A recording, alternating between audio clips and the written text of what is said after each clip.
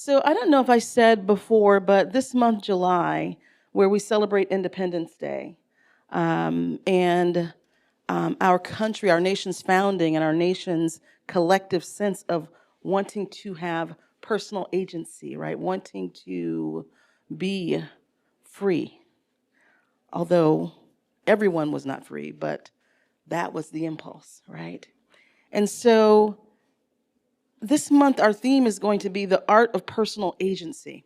The art of personal agency. And I want to talk about what I mean by that. It is something, a term I use a lot in my coaching practice, which is really about getting into the driver's seat of your life, right? Getting into the driver's seat of your life. There are things happening out in the world always and in our lives always that we cannot control. Right? We cannot control what other people will do. We cannot control how people behave or the weather events that happen. We can't control these things, but we can control our response to them. And so personal agency more and more will be how we need to be wired as we navigate through these turbulent times. So we'll be talking about it all month.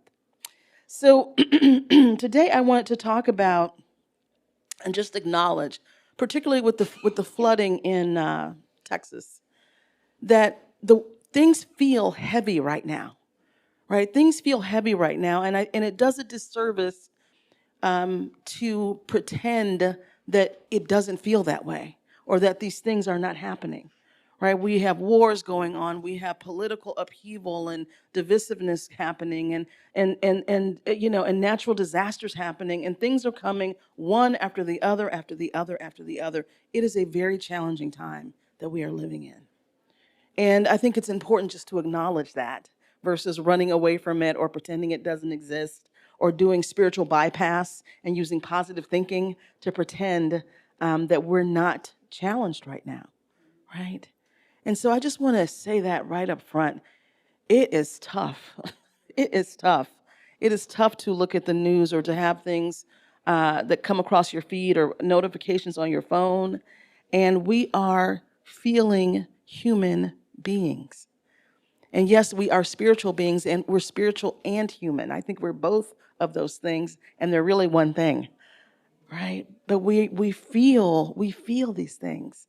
And even if we're not watching the news, even if we're not consuming, what's happening on Facebook, there's still there's an energy out there. I don't know about you, but like even just going to the store and like be in the parking lot, like people are driving weird, like very strange things are happening.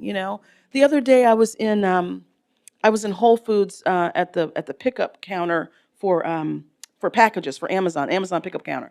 And I was standing there and I was waiting and I was way inside the door and the store. And so I was standing there and I had a basket because I needed to go shopping afterward. And as I'm standing in line, so let's say the door is right here. So I'm standing there with my basket, and I would say the door was about to that window, okay? And so as I'm standing there, what catches my eye is I see people coming through the door, but I notice that there's a man who's literally backing through the door. He's walking backwards. And he's talking to ostensibly his children who are in front of him, but he's walking backwards, entering Whole Foods at the Amazon pickup counter, which is so much is going on there, right? People are coming in to shop, people are leaving with packages. The folks who deliver the groceries to your car, they have all their stuff. So it's a very busy entrance, and I'm standing there with my basket, and I'm watching this person, and you know how when you see something happening and starts happening in slow motion, you know that feeling. So all of a sudden, I'm standing there, and I'm so bewildered, I'm so stunned at what's happening. And I see that he's coming right for me, but I can't move. Like I just am like, oh my god. And so he hits the basket, and that jarred both of us out of it, right? And I was like, and he's like, oh, and he realized he literally walked from the window there all the way into the store backwards. Do you hear what I'm saying? And and then he hit the basket, and then he turned around, and then he got himself together, and he asked me, "Oh, is this the line for Amazon pickup?" And I'm like, "Yes, yes, yes, it is." You know, And then he and his kids like stood way over there, like I had done something, like they stood way, way over. And it was so stunning because to me it was such a literal example of how we're not present and not paying attention, right? Like he literally was out of his mind to be coming into the store in that fashion. Like, I don't think if he had been fully present, that's how he would enter any public space, right? But he was walking, and I don't mean like slowly walking. I mean like he was walking like you walk, but backwards. That's what caught my attention, because it was like, what is happening? What is happening here, right? Oh, so the point I'm making is I was transfixed watching this unfold, and he was not present. And I saw him coming to I knew he was going to hit me. And I was sort of prepared for that, but like nothing, like I just couldn't move, you know? And I feel like that's what's happening to us on a collective level right now, right? It's like everything is sort of this slow motion. And let me just say, there's some beautiful stuff going on, right? This community is beautiful. Like how we are here, we support each other, we love each other, we're doing karaoke, we're going bowling, we walk in the, I mean, like, you know, it's just really beautiful. And there are other things happening, great communities out there, ways that people are helping each other and banding together. So I don't want to sound like it's all negative, you know, but, and there is this collective kind of, we're all in a daze watching the car crash unfold, right? And feeling like we're entranced by it. Do you all feel that? Yeah. And so I'm glad we're together to talk about this, right? I'm glad we're together to talk about this, because we have to be able to name the moment, right? We have to be able to name what is happening and observe what is happening so that we can navigate through what is happening, right? Skipping over our feelings, pretending they don't exist, are not going to get us to the next space, right? So we're in this big liminal space that I talked about last month. We're in that space where the past is over, right? And certain structures that we're familiar with are crumbling. And yet what's coming, what's new is not quite here. And so we're in this place that's betwixt and between. We're in the hallway between the past and the future. And it's uncomfortable. We don't know what's happening. We don't know how it's going to unfold. We don't know what's going on. And it makes us all just have this collective agita, right? Like we just are walking backwards and just, you know, driving erratically and just doing all kinds of things. Yeah. Does this sound like how we're experiencing the world right now? Yeah. Yeah. What'd you say, Sonia?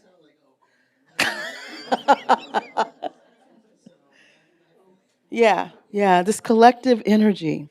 And so here is the thing, though, we don't have to stay frozen, right? Because the stress response is fight, flight, or freeze, right? Either we're going to fight and we're combative and we're lashing out at people, right? Or we get the heck out of there, just check out, you know, whether we literally check out or we check out into binge watching or food or addiction of some type, right? We flee, that's fleeing the situation. And then sometimes we just freeze, we're frozen, right? That response is just frozen. I don't know what to do. I see all this stuff happening and I don't know how to move. And I don't know what step to take. And so I'm inviting you into the thaw, right? Letting that freezing, that not knowing, to let it thaw, to let it dissolve, to let it drop down into truth, right? Drop into the truth that is in the center of your being that you really already know. Yes, you already know. You know, Ernest Holmes, the founder of Science of Mind, says there is a power for good in the universe and you can use it. Right? There is a power for good in the universe. You can use it. It is available to each of us, not some of us, but each of us has this power, this presence, this life that is within us that is available to us. And so part of that thawing is settling in and knowing and anchoring in that place within you that is not frozen, that place within you that is not fearful, that place within you that is not touched, hurt, harmed, or endangered, or rattled by any of this stuff, right? Because there's a place within you that is unshakable. That is the divine, right? That is the divine. And if you're quiet long enough, if you're still long enough, you feel it and you sense it. Right? So if you're in your meditation practice, you hit that space where it's like, oh yeah, there is something greater than myself. Maybe you feel it out in nature, right? You're out and you're walking or you're out in nature and all of a sudden everything drops and it's like, oh, there it is, right? There it is. Yes. Maybe you feel it in interacting with your loved ones, with your children or your beloved or your pets even, where you sense and feel there is something greater. There is something more powerful than anything that is happening here, right? And the more that we are anchored in that truth, the more we will stop being frozen, stop fleeing, and stop fighting, right? When we anchor in that truth. You know, Ernest Holmes also says about the source of fear. Listen to this. He says, fear begins and ends within the mind of the one thinking it. Fear begins and ends within the mind of the one thinking it. The nightmare of its binding and restricting thought is broken as we turn to a belief in the goodness of God, right? If we want to break the binding nightmare that is fear, we turn to a belief, to a knowing in the goodness of God, the presence of a creative mind, the feeling of a love that never fails, right? When we turn to that, the fear is broken. Right? The fear begins to thaw and dissolve, and then we're freed up to actually move. Right? As we do this, he says, peace steals upon us and a faith rises up again within us. Yes. And so to break that fear, to break that frozen, to break that response, we have to get back to the truth within our very own being and the true principles of this teaching. Right? That is always the first thing, is seek ye first the kingdom. Always the first thing. Right? Go to God. Right? Go to God within yourself, within your very own being. And then once you do that, once you have come home to yourself, right? Come home to spirit within yourself. Once you gather yourself, then you can actually begin to move with personal agency, but not before that. Not before that, because before that you're not anchored in anything solid. You're anchored in the world. You're anchored in an egoic response. Right, you're anchored in your amygdala hijack has happened. Right, your brain has gotten triggered that there's a primal threat, and you're responding, and you're not even responding. You're reacting out of that. That's not personal agency because you're hijacked by your emotions. You're hijacked by what this person did. You're hijacked by the news feed. You're hijacked by whatever. Right, all of these external things are now running you. Right, with my corporate clients, I call it. I don't work with them on spiritual stuff, but I'm undercover, right? Right, I'm undercover. So, but what I say to them is, many times it's the tail wagging the dog, right? Their job is driving them, right? Their family, their responsibilities are driving them. Their schedule is driving them, right? Something else external is actually driving their actions. That is the tail wagging the dog, right? That is backwards, and it will create backwards results. Right? When everything is externalized with how you are moving through the world, what you're doing is giving your power away to other people to dominate you. Right? Right? If you are not in the driver's seat of your life, somebody is. Right? Somebody is, some thought belief, some thought form is, some belief system is. Right? Driving you to take action, driving you to do things that are against your best interest, driving you to make certain choices and decisions. You have to get into the driver's seat of your own life. Right? And the only way you can get there in a secure fashion, in a solid fashion, in a unshakable fashion is you've got to go to spirit first within. There's a reason the song says, Jesus, take the wheel, right? Right? Because it's really saying, if we interpret it metaphysically, what it's saying is the Christ consciousness that is within each of us that knows what to do, where to go, how to resolve this seeming accident that's about to happen, right? When we let the Christ consciousness take the wheel, when we're aligned with it, then then we're in the driver's seat. Then we can navigate and get that car where it needs to go. Are y'all following what I'm saying? Yeah. So this is what I'm talking about this month as I talk about personal agency. So the first step in personal agency is coming home to yourself, right? Coming home to yourself. And that looks like extricating your attention and bringing back, reeling like I'm saying a fishing rod, like reeling back your attention from the places that have it hooked, right? So maybe it's the news, maybe it's Facebook, maybe it's relatives or friends, maybe it's your job, maybe it's, I don't know, right? But the first step is you've got to reel your attention back in. You've got to come home to yourself. and get anchored within yourself so then you can now make conscious choices and decisions. One of the reasons I founded this community is because I want to be in community with and grow and work with individuals who are conscious individuals who want personal and professional transformation. That is the only way we transform the collective. That's the only way, right? Individuals transform and the collective transforms. When you get in the driver's seat, when you come home to yourself, you invite other people to come home to themselves. You invite other people to unhook from the world and come home to the presence of God within their very own being. Yes? And that is how we then begin to change the world. So in coming home, this involves your spiritual practice. And I will say it every single week that I have the honor to stand here. You have got to do your spiritual practice. You have got to meditate. And I'm saying it's imperative because there's so much churn and turbulence right now that you have got to find a way to get yourself centered. Think about this. Okay, I'm having a flashback to myself on a very turbulent flight. But before I go to that story, let me just say this. So if you are, let's say you're on a plane and it's like super turbulent, right? And it's super turbulent. There's nothing you can do. You're a passenger. Now, if there was a camera in the cockpit, do you want the pilots to be like on their phones, texting? Do you want one of them to be freaking out, screaming, right? Do you want them to be in a physical altercation? Okay. Do you want them completely checked out, zoned out? What do you want them to do? Pay attention. And what else?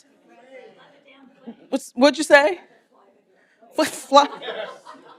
Okay, fly the blank plane. Okay, what else?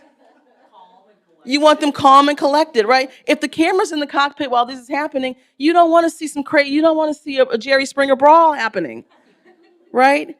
You don't want to see that, yes? So the thing is, you got to meditate so you're not the Jerry Springer brawl happening, right? So you're not that thing. Right? Are y'all with me? Yeah. Okay. And you got to get calm so that you want them to be calm and have their wits about them so they can then make decisions about how to get us most safely where we're going. Yes? So let me tell you a little story. So years ago, let me give you a little context. This is about me flying. So I have been a flyer by myself since I was like 5 years old, 4 or 5 years old, because my parents were divorced.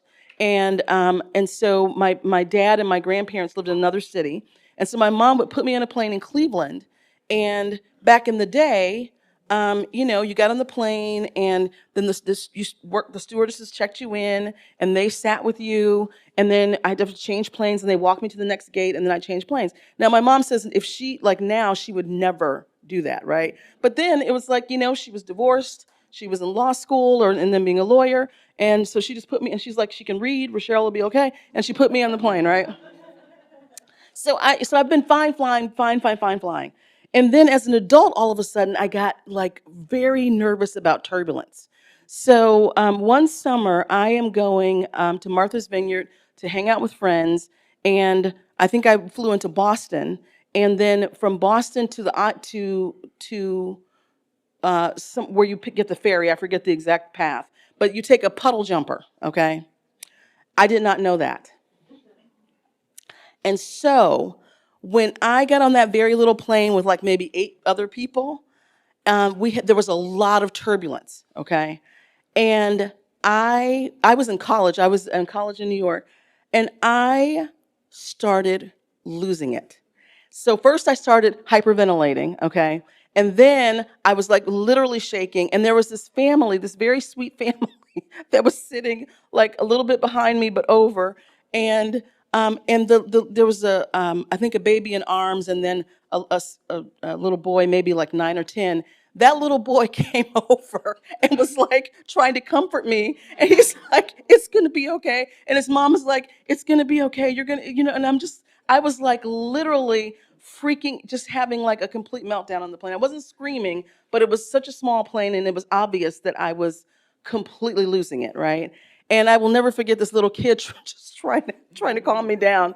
And it was a little embarrassing. to not be able to get control of myself, right?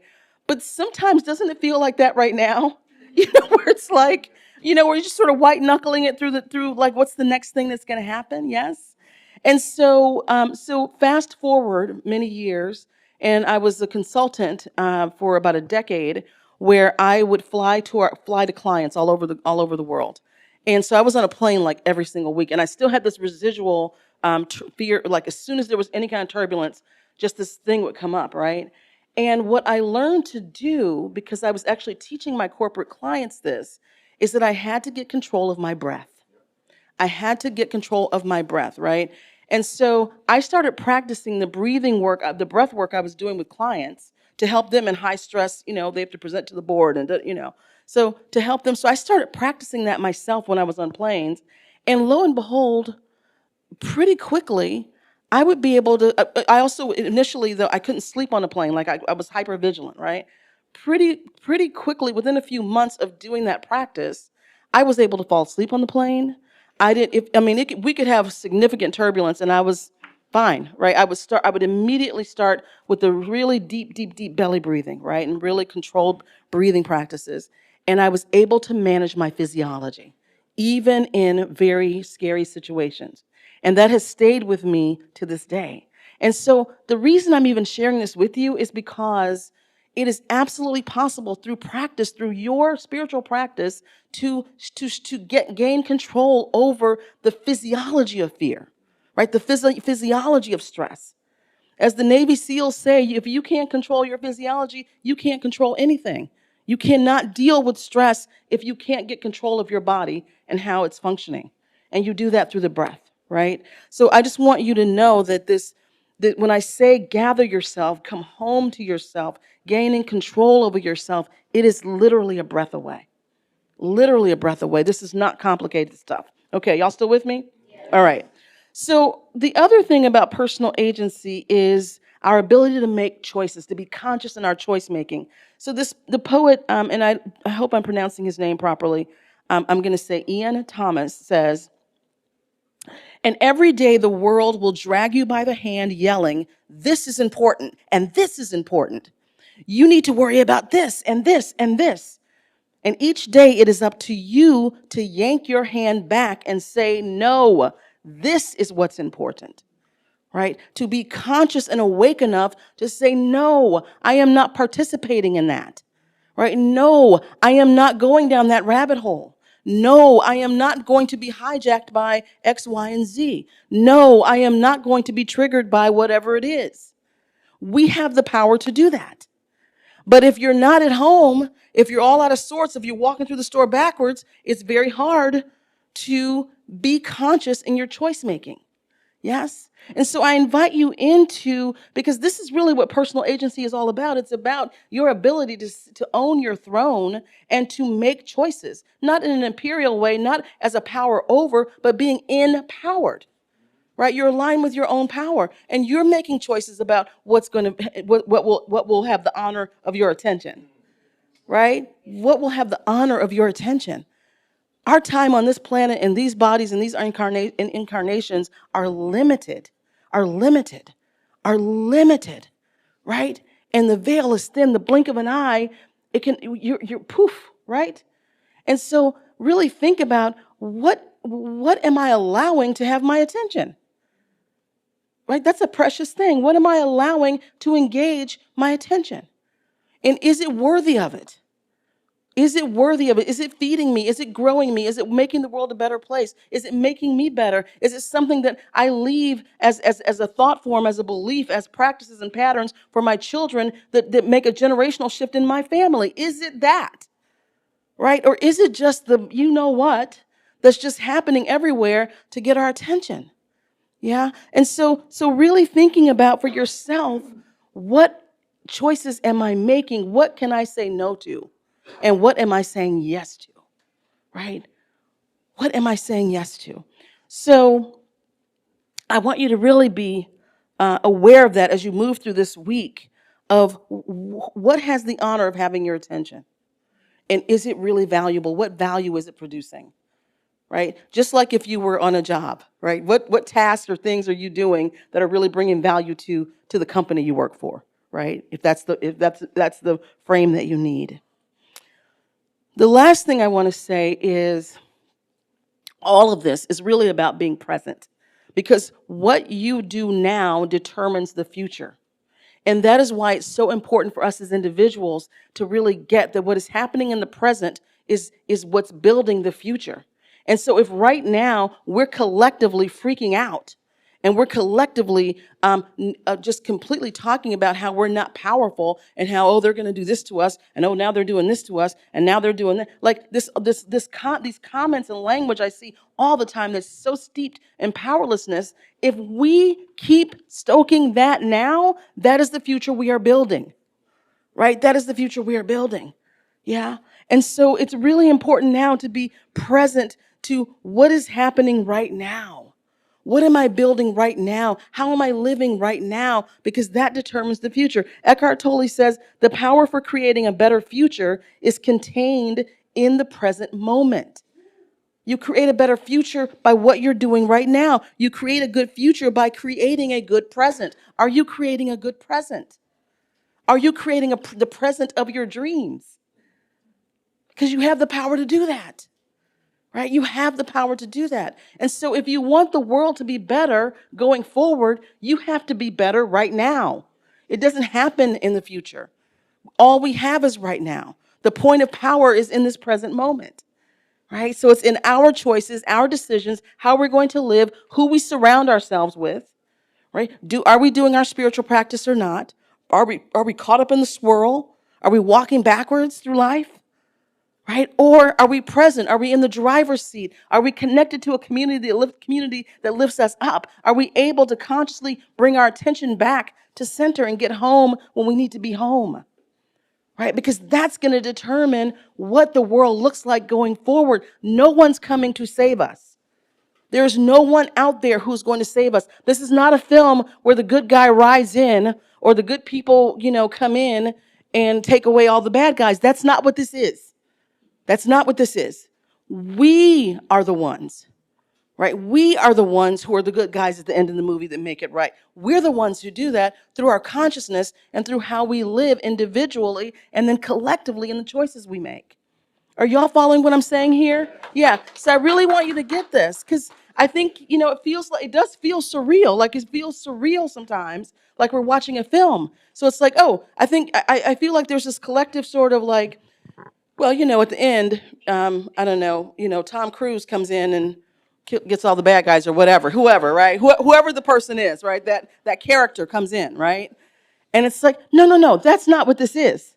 Like, we're the ones who will do that, and it won't be really that dramatic. That's the other thing. We love drama. We love drama. Drama feels so good. It activates our brains. It makes us feel good, but it won't even be drama. It'll just be like, a bunch of people, a collective of people, a critical mass of people who've said, no, this is not important. This is important, right? And we will begin to see the tide turn. But it won't be, bombs are thrown and car chases and all that stuff. That's not what it is. That's not it. Spirituality is sort of boring. It's like I said before, it's like lifting weights, right? Each of us do our reps, and then collectively we can move a lot of weight.